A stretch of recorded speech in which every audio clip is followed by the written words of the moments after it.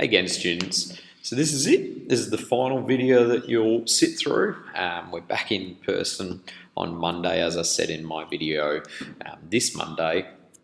And I'm really looking forward to getting into a classroom with you guys, answering any of those questions and just being able to promote more conversation, which is in two-way nature rather than me delivering to you guys. I would love for any feedback about how you found our remote learning, whether it be through what we learned with those measurement indicators and youth health in term 3, and then moving into our issues within youth health and promoting health and wellness in term 4. So anything that you can provide me with, I liked this, I didn't like this, I'm struggling with this, so that I can reintegrate you guys back into the classroom and also build up your knowledge so that when we do our exam and our SAC at the end of this this section of learning, you are confident and comfortable with the work that's going to be asked of you. Now, in regards to today, you know I always start off with where we're at here. As I've said, there is no lesson 9. You'll have your ASAPAT testing, so it's just the 2 lessons for this week, and it's all around nutrition, and we'll continue with nutrition into next week with that Supersize Me task back in person.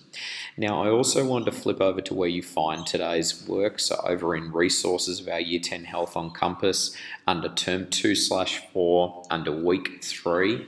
Today, you'll be completing benefits of being physically active, and MC kilojoules will be the 2 tasks for today. But what I'm going to ask you to do is complete the benefits of being physically active first, and then watch my video about this PowerPoint and delivering the rest of the information before you complete the McDonald's one. So if you were to open up the benefits of being physically active right now, essentially the answers are being given to you in these dot points. You just need to highlight it and drag and drop into whichever of these health categories you believe it suits best. So in terms of this, we're talking about the physical benefits to someone's physical health, their social aspect. We've spoken about social health and mental health. Economical is referring to money and financial, and it could either be for the individual, meaning they don't have to spend a lot of money on different health remedies, but it also could be financial for a local or a state government, because they're not having to pay lots of money for things like healthcare, for example, and the environmental benefits around things like people being active with reducing traffic congestion to the environment. And yes, I know someone's going to ask me, can one of these dot points go into multiple of these categories? Yes, you can. So I would start with one, work out which, or if multiple, place it in there, delete it, and move on to the next task. That should be pretty straightforward for you. Now I'm going to move on with the PowerPoint now. So if you would like to, you can pause this YouTube, complete that document, save it, email it to me if you would like, and then come back to the YouTube to listen to the rest of this before we do the McDonald's task. So let's get straight into this. Just move this over so you can see the whole thing, and we're good to go. A reminder, this is about promoting youth health and well-being. This little pencil icon means right, and if you want to watch a video on this, but I think you should know this by now, but essentially anyone who's between the ages of 5 to 17, which is this youth category, should be doing 60 minutes or more of moderate, which means medium, to vigorous, which means high intensity physical activity every single day. Now, this doesn't have to be one 60-minute segment all at one time. It can be made up in 15-minute blocks, for example. But if you can do several hours of light physical activity, things like walking, etc., that's going to be of even more benefit to you. At least 3 days per week to strengthen muscle and bone at this age group, the vigorous activity is required. And it's also preferable to break up long periods of sitting, which I know is a very difficult thing at schools, for example. You want to try and reduce screen time to less than 2 hours per day if it is through recreational means. Obviously, this is challenging for remote learning, and you guys would probably have a bit of a laugh at reading that dot point there. But this is one of the last ones, and it's interesting it comes under physical activity, but there are so many reports out there about the 8 to 10 hours of sleep per night.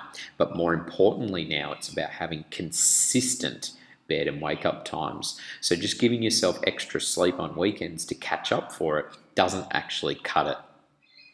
Now, I'm hoping that throughout the rest of this video, you can have these questions answered for you. Why do we need energy? Where does it come from? And I know that in my Monday video with carbohydrates and fats answers some of your question.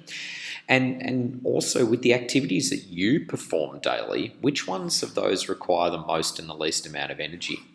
Well, don't forget pencil icon means right. A kilojoule is what we use to measure energy. And if you look at the back of any food packaging, it will have how many kilojoules is in that food. Be careful whether you're reading the entire contents of the packaging or one serving, because sometimes there are 3 to 4 or multiple servings per packet. So some people might consume an entire packet of some item of food, not realizing they were only meant to have half in one sitting. But a kilojoule will tell us how much energy is inside a food or drink, which is also used in physical activity to see how much energy we burn. Now, kilojoule or kJ is something that you need every single day. However, depending on whether male or female genetic makeup, height and weight, how active you are, what type of exercise you do, whether it be walking or running, cycling or swimming, what is your body composition? Do you have more muscle or more body tissue like adipose tissue, meaning skin fat? This is also dependent on how many kilojoules you'll end up burning when exercising. Genetics plays a massive part in this, and also age, because you burn through kilojoules a lot easier at that young age, so the energy requirements throughout our life decrease, which means so does the input from food. Now, this diagram here really sums it up. If the amount of energy you're eating in food is balanced with the amount of energy that you use, you will have steady weight.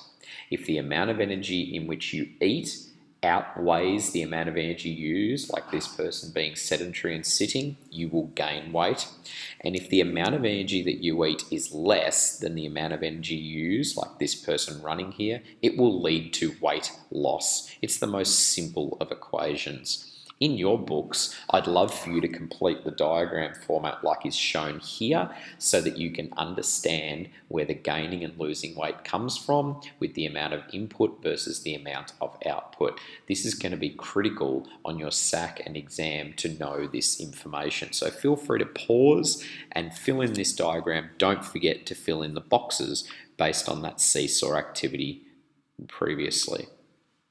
Now I want you to have a little bit of an estimate, and it's going to be a real wild guess. You might put 1 or you might put 1,000. It's just based on how much do you already know, and hopefully when you do your second round of guesses, you can actually get closer. So what I want you to do is think about, if I was doing 1 hour of this activity, how many kilojoules do I think I would burn through? How much energy? 1 hour of sleeping, write it in. 1 hour of sitting watching TV, write it in. 1 hour of standing, 1 hour of dressing, showering, etc. Just write in what your estimates would be. You don't have to do all of them, but just some of them would be really good. When you're ready, press play again, because I'm going to show you the responses and see how close you were. Here we go. So there we go. We're talking in the hundreds for these activities for 1 hour. So if you were to sleep for an hour, you will burn 273 kilojoules. I'd like you to see if you can find any food in your house that has 273 kilojoules on the packaging, because if you were to eat 1 serving of that and then sleep, you will have burnt off what you have eaten. And as we go through with the more vigorous or moderate activities here, if you were to be cooking and washing dishes, in 1 hour, you will burn through 735 kilojoules within that 1 hour. See if you were close on any of those guesses. Let's move on now to the other aspect here, which is the actual exercise activities. So, golf or yoga, yachting, horse riding, cricket, skipping, karate, basketball, badminton, rugby, soccer. How many kilojoules, now that you know we were talking in the hundreds for those lighter duration, lighter intensity ones? These are the more vigorous, moderate to vigorous activities. How many kilojoules if you were completing 1 hour of non-stop activity? Pause it, fill in your answers, and get ready to press play again. Here we go. Whoa, so there we go. We're now in the thousands, if not up to nearly 3,400. That's pretty big. However, you guys know that if you were to play 1 hour of non-stop soccer, football, hockey, you know you're sweating, your heart rate's racing, you're huffing and puffing. Of course you're burning a lot of energy. So this makes sense. Were you close? Were you within range for any of these? It'd be interesting to know. Here's an interesting one of what we were just talking about when you look at your energy input versus output. So a large apple actually gives you 424 kilojoules.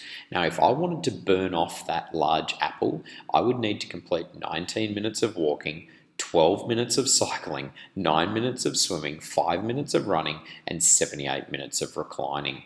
So that actually sums up what intensity that you're completing to be able to burn that number of kilojoules.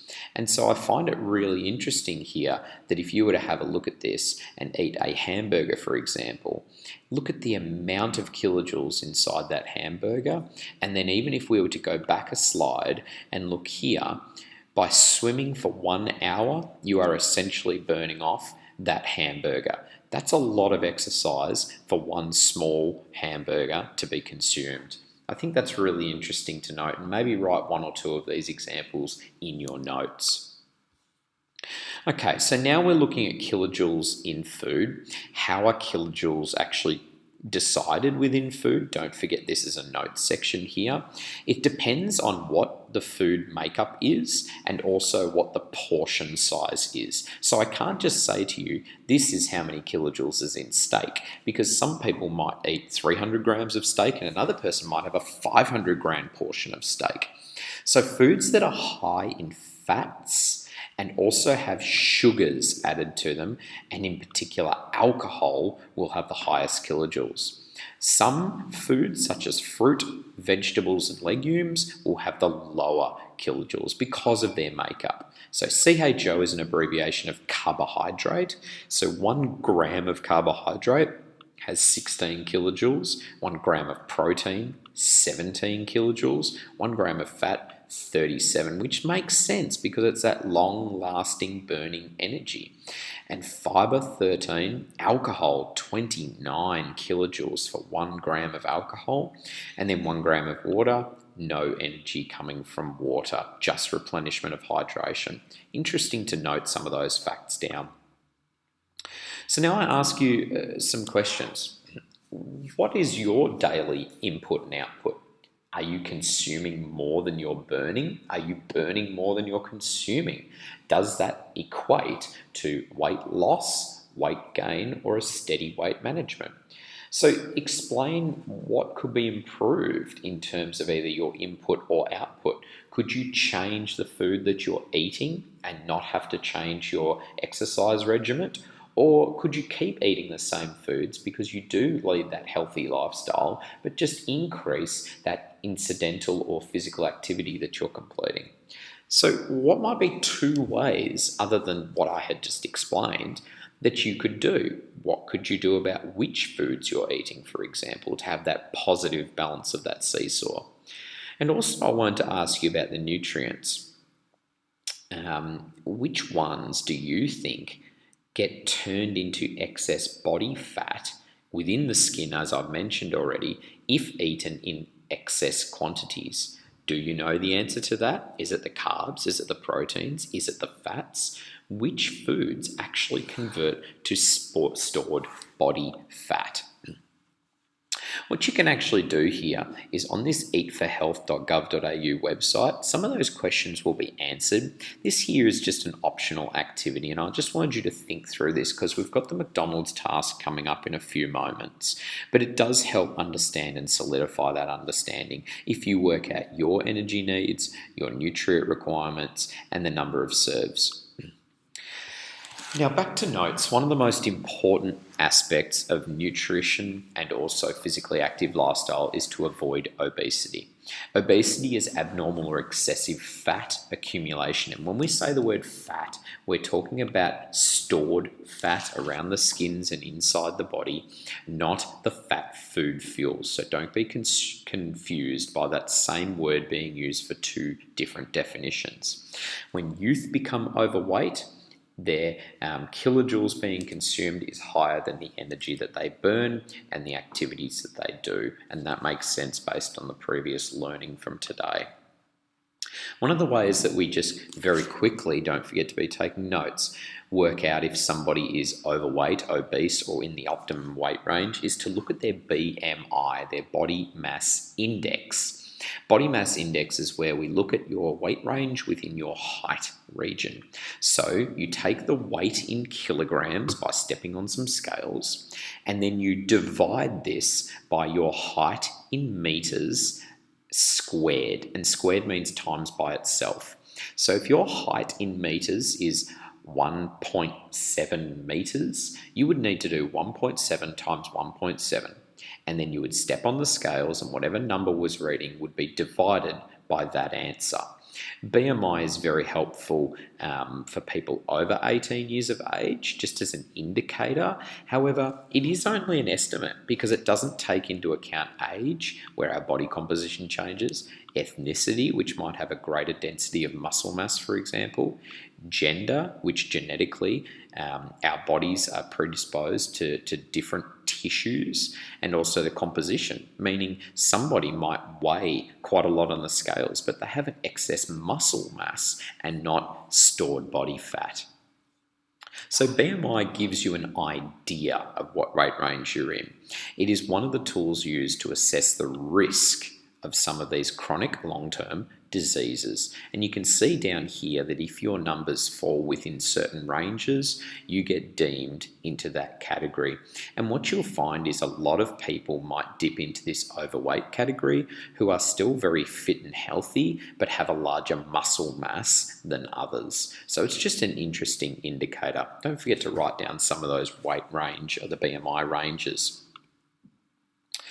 Continuing on with notes, one of the other diseases that you might find, or some of the other diseases being associated with being obese or overweight, is that you get a resistance to insulin. Insulin is a hormone within your body that helps break down sugars. And when we eat carbohydrates, especially ones that are high in sugar, the body needs to break them down using insulin. So the more overweight we are, the more insulin resistant we are, which leads to even more weight being put on. The pressure in our arteries becomes quite high because of clogging. It leads to many cardiovascular diseases, as some of you looked at in the last lesson. Stroke, which leads to clots and no blood flow towards the brain. There's different cancers like breast cancer, endometrial and colon cancer that are high risk with this. Type 2 diabetes, not type 1, type 2, gallbladder disease, musculoskeletal problems, etc. I'm not going to go through each of those, but there are a range of different diseases that relate with being obese and overweight. There are other factors that contribute to this, which is inactivity, the genes that you possess from birth, what sort of living that you because life is so easy these days, things like Uber Eats, you don't even need to walk down the street to be able to pick something up. It's so easy to get your phone out and order food and have it delivered straight to you, which is also a risk factor of developing overweight or obese people. Education, if people understand it, they can make the right choices, and also access to food, money. So if you go and look at fruits and vegetables, they are more expensive than going and buying a Big Mac. Unfortunately, that's the case. So what can we do next to try and help people? We need to educate. We need to educate healthy environments, provide healthy environments, help people make decisions about activity and healthy living. We need to identify which groups are at high risk within the community and really provide education and help to them. We need to make sure that city planning is safe and accessible and affordable for people being physically active. We need to make sure that the nutritional value of foods is improved, but also understood by people so they can read the label and know what it means. And we need to reduce the food advertising of things like KFC, McDonald's, all those things that are high in kilojoules and also high in sugar content and the processed fats during children's television programming. We need to actually find a way of reducing the price of those healthy foods. We need to improve the food that's available at school canteens, which I know Camberwell High School has done and a lot of other schools have done. No sugary drinks allowed, etc. We need to improve the opportunities of physical activity within workplaces and schools. We need to increase the education for the health professionals on what they can do to recognise problems earlier and also invest in community education programs. I'm really hoping there's been some interesting information in this nutrition chapter so far. I've had to jam pack a lot of information into today's lesson because we don't have our class tomorrow because of your ACER testing. What I'm going to ask you to complete now that you've completed all those notes and listened to this video is this McDonald's task. I want you to estimate how many kilojoules in each of these very famous menu items of McDonald's. Then I want you to actually go to the McDonald's website and I want you to fill in how many kilojoules is actually involved in a large fries, a small hot fudge sundae, for example. And then over here on page 2, there's some information that's just asking you to go through what was the most, what was the least, were you surprised? And when you get questions like this that say explain, here's your chance to try and go into that detail that I've been talking about, adding to our learning, which actually helps in the rubric and earning more marks on the SAC. Once that's completed, feel free to email it to me and then have a little bit of time to make sure that you're going to be ready for Monday by ensuring that outcome tasks are all done and up to date and that you're ready with your notes to come back into class and ready to learn face to face. I'll see you next time.